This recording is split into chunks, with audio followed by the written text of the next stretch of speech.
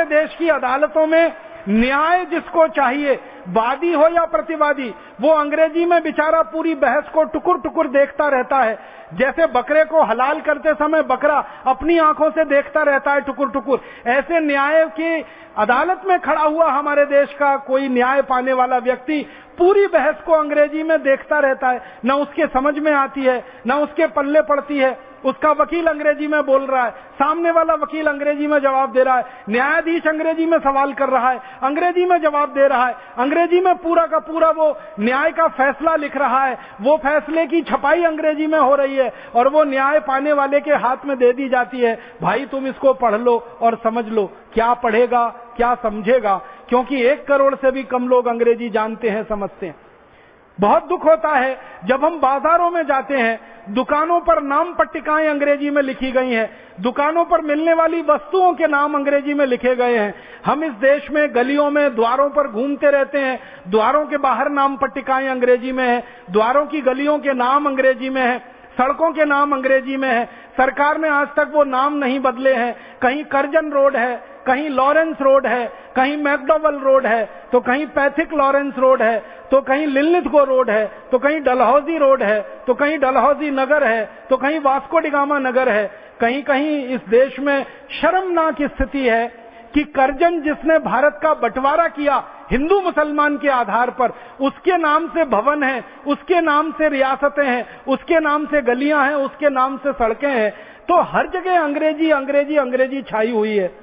इससे भी ज्यादा दुख होता है, तकलीफ होती है कि भारत के किसान जो खेती करते हैं उनको बीज दिए जाते हैं, तो बीज बेचने वाली कंपनियां जो पैकेट बनाती हैं वो पैकेट सब अंग्रेजी में लिखे जाते हैं।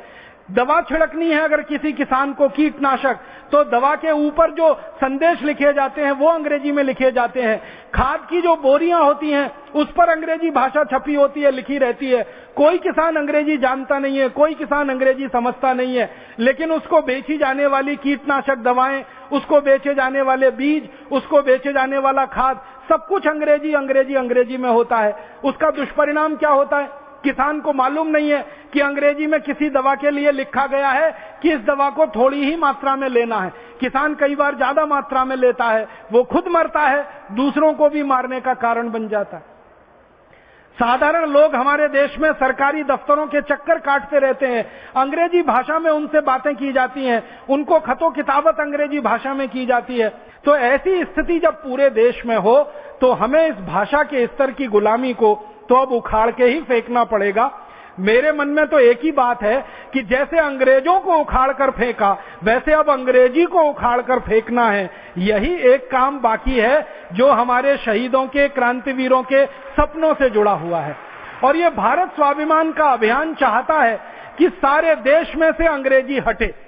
तो आप बोलेंगे अंग्रेजी कहां कहां से हटे?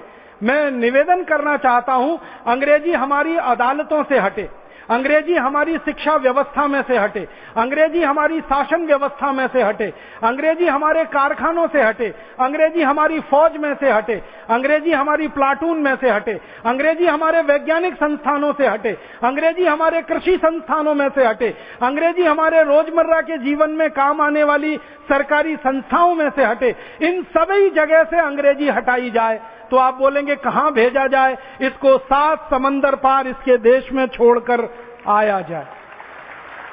हमारी जगह से ये अंग्रेजी हटे। या तो ये 7 समंदर पार भेजी जाए अंग्रेजी, या इस अंग्रेजी को पुस्तकालयों में बंद कर दिया जाए, या इस अंग्रेजी को विदेशी भाषा के शिक्षण संस्थानों में दे दिया जाए।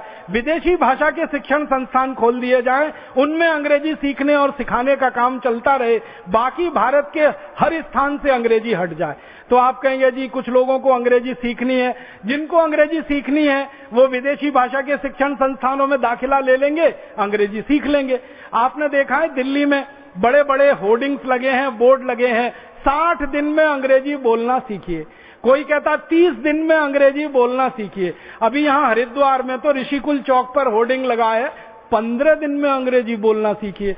जब हमारे यहाँ इतने महान महान लोग हैं जो 15 दिन में अंग्रेजी बोलना सिखा सकते हैं, तो 15 साल क्यों बर्बाद करना अंग्रेजी सीखने में? हम तो 15 दिन में सीख लेंगे। ऋषिकुल चौराहे पर बोर्ड लगा हुआ है, वहां जाके भर्ती हो जाएंगे, 15 दिन में कुछ टूटी फूटी अंग्रेजी सीख जाएंगे, और इतनी तो सीख जाएंगे कि अंग्रेजों से बात कर सके, उनको समझा सके, उनकी समझ सके।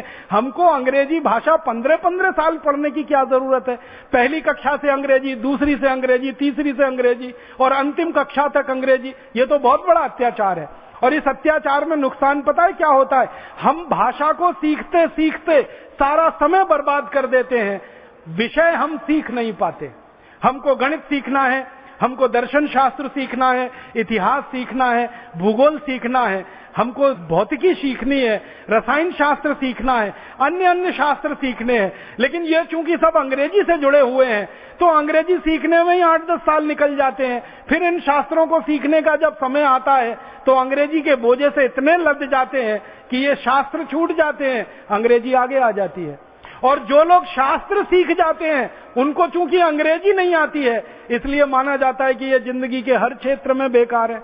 और इसके चक्कर में हमारे देश का एक बड़ा नुकसान हो रहा है। 18 करोड़ विद्यार्थी प्राथमिक कक्षा में भर्ती होते हैं और अंतिम कक्षा तक निकलते निकलते वो 1 करोड़ रह जाते हैं। भारत सरकार कहती है 17 करोड़ विद्यार्थी केवल और केवल इस कारण से फेल हो जाते हैं कि वो अंग्रेजी नहीं जान पाते, नहीं सीख पाते।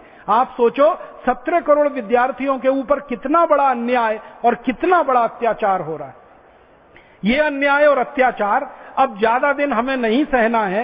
इस अन्याय और अत्याचार के खिलाफ पूरी ताकत और बुलंदी से लड़ना है। भारत स्वाभिमान अभियान इसी काम के लिए समर्पित है और आप सभी भारत स्वाभिमान अभियान के कार्यकर्ता इसी के लिए समर्पित हैं। मैं आपसे निवेदन ये करना चाहता हूं कि आप अपने जीवन से शुरुआत करिए और इस विदेशी भाषा की गुलामी का जो जुआ आपने अपने कंधे पे ओढ़ रखा है, लाद रखा है, इसको एक क्षण में उठाकर फेंक दीजिए। एक झटके से इस गुलामी को हटाइए, अपने जीवन से इसको निकालिए।